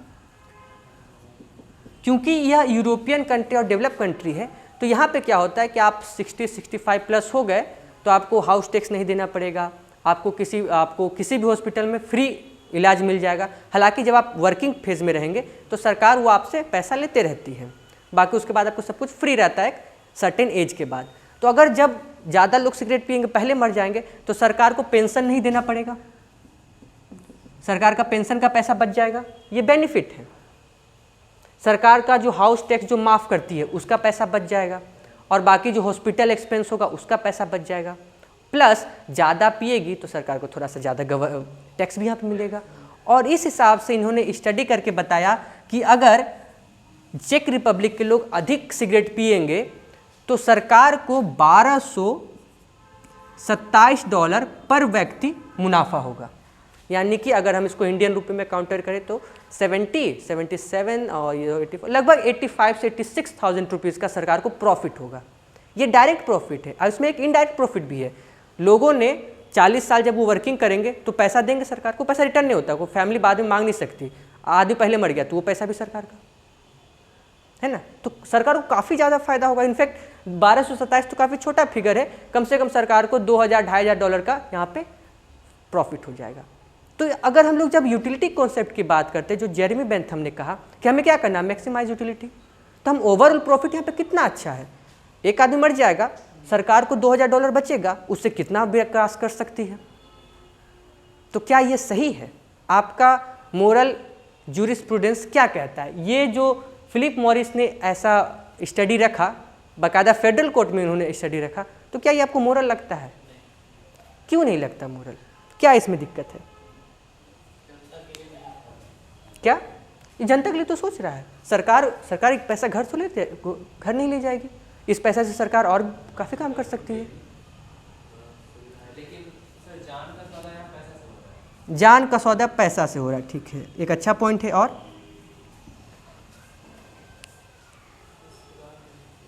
फिलहाल यही, यानी कि आपने एक जो बेहतरीन पॉइंट उठाया यह कि हम किसी भी ह्यूमन लाइफ को मॉनेटरी टर्म में इवेल्युएट नहीं कर सकते। यहाँ पे जो लोग अगर मर जाएंगे जल्दी सिगरेट पी के, तो ये हो सकता है उनके पीछे काफ़ी परिवार डिपेंडेंट हो। मरेगा व्यक्ति एक, लेकिन प्रभाव पड़ेगा काफ़ी को। एक और केस यहाँ पे डिपेंड करते हैं, जो आपने सवाल उठाया कि जान का सौदा हम पैसा से नहीं कर सकते। हालांकि इसने जान को भी पैसा में कैलकुलेट नहीं किया। इसने क्या किया कि ज़्यादा पिएंगे और कम पिएंगे तो क्या फ़ायदा नुकसान है। एक केस है फोर्ड पिंटो का केस, ये काफ़ी पुराना केस है और फेमस केस है। फोर्ड पिंटो आप जानते हैं, इंडिया में भी एक गाड़ी फोर्ड पिंटो चलती थी, लेकिन ये काफ़ी पुराना 1974 का केस है, ब्रिटेन का केस है। इसमें क्या हुआ कि जो फोर्ड कंपनी थी तो एक छोटा कार, जैसे नैनो टाइप का है ना, उस टाइप का छोटा कार बनाई और कार के पीछे में पेट्रोल टंकी डाल दी। ठीक है, तो क्योंकि कॉस्ट मतलब सस्ता कार था तो ज़्यादा से ज़्यादा कॉस्ट रखने के लिए काफ़ी कुछ इसमें कटिंग किया गया था।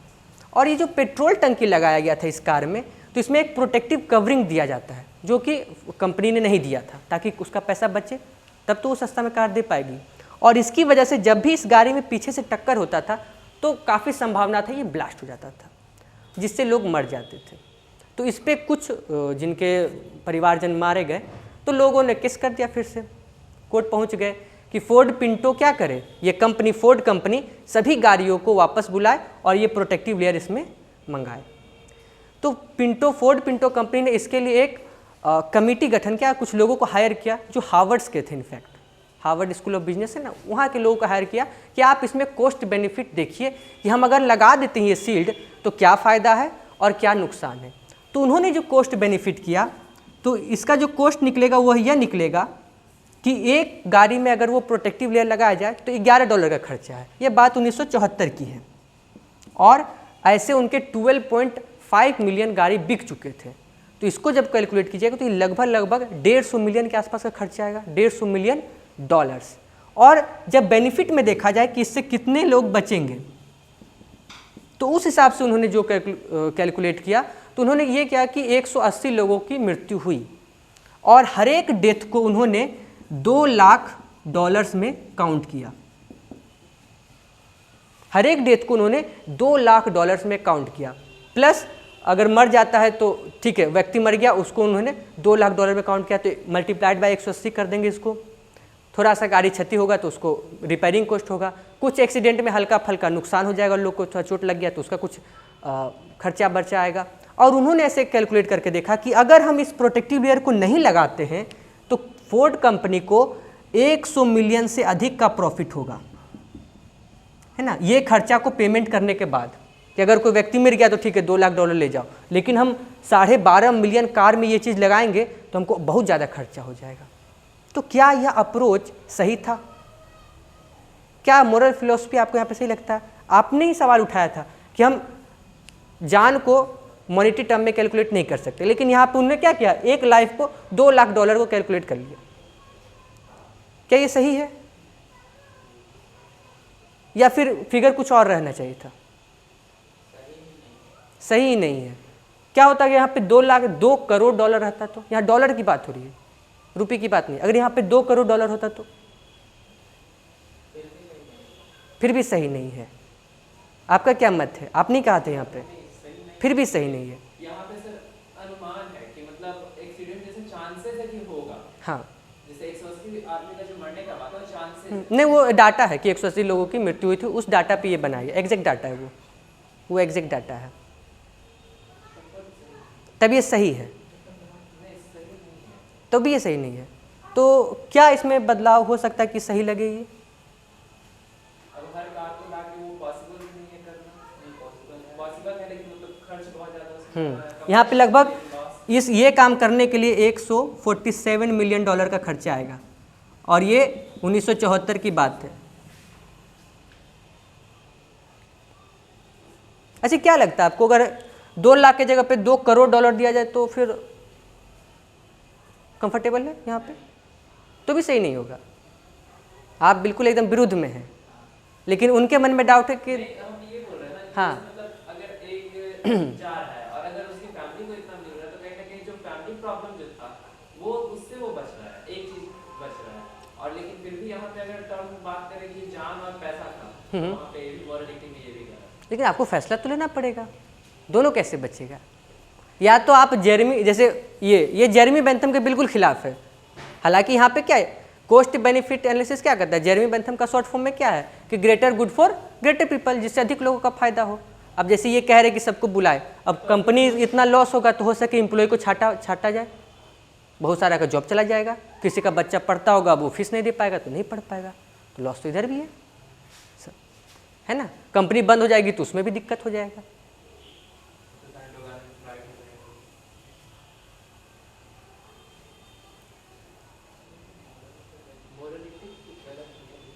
मोरल ग्राउंड पे ये गलत आपको लग रहा है, लेकिन $2 लाख अगर 2 लाख के $2 करोड़ दिया जाए तो क्या नहीं मानना चाहिए? कोर्ट को नहीं मान, हाँ कोर्ट नहीं माने वो भी ठीक है, आपका जवाब सही है, वो लोग देखेंगे। लेकिन आप एज अ फिलॉसफी के स्टूडेंट या फिर अगर हम जस्टिस के सिद्धांत को जब यहाँ पे समझने का प्रयास कर रहे हैं तो ये कितना सही लगता है? 10% सही कह सकते हैं। ओके, मतलब एक हद तक कंपनसेट किया जा सकता है। रोडीज़ में पता है फॉर्म बढ़ता है, उसमें एक सवाल पूछा जाता है कि आपको, मतलब दोनों लड़का लड़की दोनों से पूछा जाता है कि आपको अगर किसी दूसरे व्यक्ति के साथ पैसा के लिए एक रात सोना पड़े तो आप कितने रुपए लेंगे, ऐसा पूछा जाता है। अब इस टाइप के जो सवाल होते हैं ना, वो आदकाद को बताता है। अगर कोई गरीब गुरबा है ना तो हो सके 50,000 में मान जाए, लेकिन अगर कोई करोड़पति है तो हो सके 10 करोड़ में भी ना माने। क्यों? क्योंकि यहाँ पे आदमी का डिग्निटी हैम्पर होगा। डिग्निटी भी एक फंडामेंटल राइट है। इसको सुप्रीम कोर्ट, भारतीय सुप्रीम कोर्ट ने भी कहा है कि भारत, तो हम लोग कल प्रीएम्बल में देखेंगे आगे, डिग्निटी भी एक व्यक्ति का क्या है, फंडामेंटल राइट। यहाँ पे डिग्निटी हैम्पर होगा। और जो जेरेमी बेंथम के खिलाफ जो इनका जो कॉन्सेप्ट है, यूटिलिटी का कॉन्सेप्ट, रिजल्ट की भी चर्चा करेंगे। पहले हम जेरेमी बेंथम को समझते हैं। रिजल्ट कुछ नहीं, उस पर फाइन लगाया गया कि ऐसे आप जो इनह्यूमन और बिल्कुल बिना सिर पैर के बात कर रहे हैं, आप पहले फाइन भरिए। कंपनी का थोड़ा सा इज्जत, रिस्पेक्ट भी डाउन हो जाता है कि आप ऐसे इनह्यूमन बातें करते हैं। जेरेमी बेंथम का जो यूटिलिटीज़ का सिद्धांत है, उसमें कुछ महत्वपूर्ण सवाल उठ के आते हैं। पहला सवाल ये उठ के आता है कि यह इंडिविजुअल राइट को वैल्यू नहीं करता।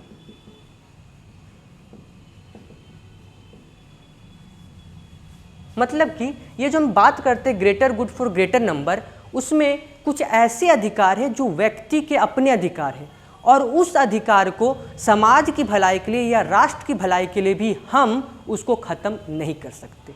इसी में आता है राइट टू लाइफ। जीवन का अधिकार एक व्यक्ति का अपना अधिकार है। यूनाइटेड नेशन का जो ह्यूमन डिक्लेरेशन का रिपोर्ट, ह्यूमन डिक्लेरेशन है, उसका आर्टिकल 1 भी क्या कहता है कि every man is born free and dignity, यानी कि हर व्यक्ति को जन्म से स्वतंत्र है और सभी में समान रूप से वो डिग्निटी पाएगा या सम्मान पाएगा। कोई अगर इसी को हम लोग कहते हैं ना कि पहले क्या होता था कि अगर कोई ऊंचा कास्ट नीचा कास्ट या ये सब हो गया तो उस पर अत्याचार होने लगता था। विदेशों में भी अगर स्लेव है माता पिता तो उसका बच्चा ऑटोमेटिकली स्लेव हो जाएगा, लेकिन उस चीज़ को ख़त्म कर दिया गया। अगर कोई व्यक्ति जन्म लिया है, उसके माता पिता भले स्लेव हो लेकिन वो फ्री होगा। तो इस चीज़ को यहाँ पे अपहोल्ड नहीं कर पाता। यूटिलिटी की थ्योरी पे जो सबसे प्रमुख प्रश्न चिन्ह उठते हैं वही कि इंडिविजुअल राइट को ये रिस्पेक्ट नहीं करता। हम लोगों ने देखा था जो पेंसिल्वेनिया प्लेन क्रैश की बात की थी, वहाँ पे ये चीज़ हमको सही लगा, क्योंकि वहाँ पे हम थोड़ा सा अपना एक कैटेगोरिकल अप्रोच लेके चले। हमारे पास कोई स्कोप रूट नहीं था, प्लेन क्रैश करना ही था, तो वहाँ पे हमने ग्रेटर गुड के लिए क्या किया, 76 लोगों को मारना सही समझा, मर गए। लेकिन यहाँ पे जब फंडामेंटल राइट, जब आदमी स्केप हो सकता है, बच सकता है, तो वहाँ पे हमने इंडिविजुअल राइट को मान्यता दिया, उसको ज़्यादा वैल्यू दिया। भले उसके एक के सेक्रीफाइस से बाकी का भला हो, लेकिन फिर भी हमने इंडिविजुअल राइट को वैल्यू दिया। रिचर्ड पार्कर के केस में आपने कंसेंट की बात की। आपने कहा, जब सवाल उठा कि अगर रिचर्ड पार्कर कंसेंट देता कि ठीक है हमको मार के खा जाओ, तो भी आपने कहा कि नहीं, लोगों को नहीं खाना चाहिए, क्योंकि जीवन का अधिकार उसका अपना फंडामेंटल राइट है, जिसको हम greater good for greater people के लिए सेक्रीफाइस नहीं कर सकते। और इस कारण आपके मन में आया कि नहीं, अगर रिचर्ड पार्कर कंसेंट नहीं दे सकता है और अगर वो कंसेंट देता भी है तो भी हमारी ये नैतिकता बनती कि हम उसे ना खाएं। यानी कि कुछ ऐसे अधिकार होते हैं जो समाज की भलाई के लिए हम उसको सेक्रीफाइस नहीं कर सकते। और इसी का आप लोग प्रारूप देखेंगे जो हमारा आर्टिकल 33 और 34 है। वो क्या करता है, आर्मी प्रोफेशनल के कुछ फंडामेंटल राइट को प्रोहिबिट करता है ना, प्रोहिबिट। अगर कल को अगर वो नहीं रहता संविधान में और कोई आर्मी पर्सनल ऐसा कह देता कि जीवन का अधिकार मेरा अधिकार है, तो हम देश के लिए क्यों जाए बॉर्डर पे, तो दिक्कत आ जाती। तो इसे भारत की बात नहीं, सभी देश की बात है। तो इसको जानबूझ के क्या किया गया, फंडामेंटल राइट में डाके उसको कंस्ट्रेंट किया गया, उसको रोका गया। लेकिन वहीं पे हर एक व्यक्ति का अपना अपना कुछ फंडामेंटल राइट है, कुछ फ्रीडम है, उसका डिग्निटी है, स्पीच है, एक्सप्रेशन है, बिलीफ है, फैथ है, वर्शिप है, ये सब उसके अपने फंडामेंटल राइट है जो इंडिविजुअल है। ये कम्युनिटी के गुड के लिए सेक्रीफाइस नहीं किया जा सकता। सो रिसेंटली अपने जजमेंट में मद्रास हाई कोर्ट ने एक केस को एक्सेप्ट किया, जिसमें क्या हुआ कि एक पादरी थे, जो कन्याकुमारी में भारत माता के बारे में गलत सलत और गाली शब्दों का, अभद्र शब्दों का प्रयोग कर रहे थे। तो इसमें डिफेंड और प्रोसिक्यूशन दोनों की तरफ से कुछ महत्वपूर्ण बातें रखी गई। जो पादरी की तरफ से उन्होंने कहा कि ये मेरा क्या freedom of speech and expression हम कह सकते हैं। जो हिंदू पक्ष था उन्होंने रखा कि हमारे दो चीज़ वायलेट हुए। एक तो जो भारत माता है वो उसको हम एक देवी की तरह पूछते हैं, यानी कि violation of IPC section 295A, यानी कि हमारे देवी देवताओं का मजाक उड़ाना। तो यहाँ पे हम लोग के मन में एक तीसरा सवाल भी आना चाहिए कि क्या भारत माता को अगर गाली दे रहा है, गलत कह रहा है, तो क्या हम इसको देशद्रोह के साथ जोड़ सकते हैं? तो नहीं, मद्रास हाई कोर्ट ने इसे 295A का वायलेशन समझा, यानी कि धार्मिक भावनाओं को आहत पहुंचाने का इसको समझा। और पिछले ही जजमेंट में, यानी कि एक जजमेंट में सुप्रीम कोर्ट ने कहा कि जो लिबर्टी है, लिबर्टी प्रियम्बल में भी लिबर्टी की बात की गई है, liberty of thought, expression, belief, faith and worship article 19 में भी कही गई है, आर्टिकल 25 से 28 के बीच में भी कही गई है। लेकिन सुप्रीम कोर्ट ने कहा है कि लिबर्टी ठीक है, आपके पास लिबर्टी है, लेकिन इसमें एक सोशल रिस्ट्रेंट होना चाहिए।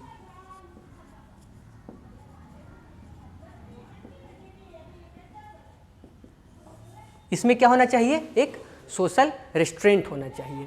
और इसी सब बातों को जब हम ध्यान में रखते हैं तो ऐसा लगता है कि जेरेमी बेंथम का जो यूटिलिटी का थ्योरी है वो काफ़ी प्रैक्टिकल रूप में सही नहीं लगता।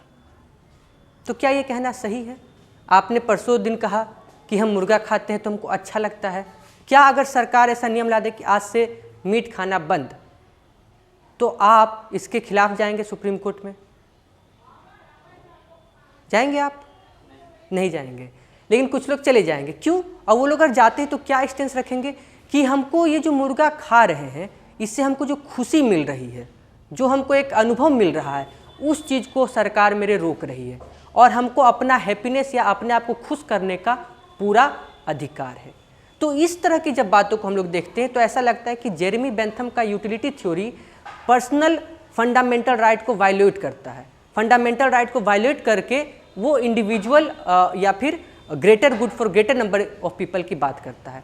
तो इन सभी सवालों को हम लोग सीखेंगे कल, और इस पे आप लोग चिंतन करेंगे और कल हम लोग इसके आगे सीखेंगे।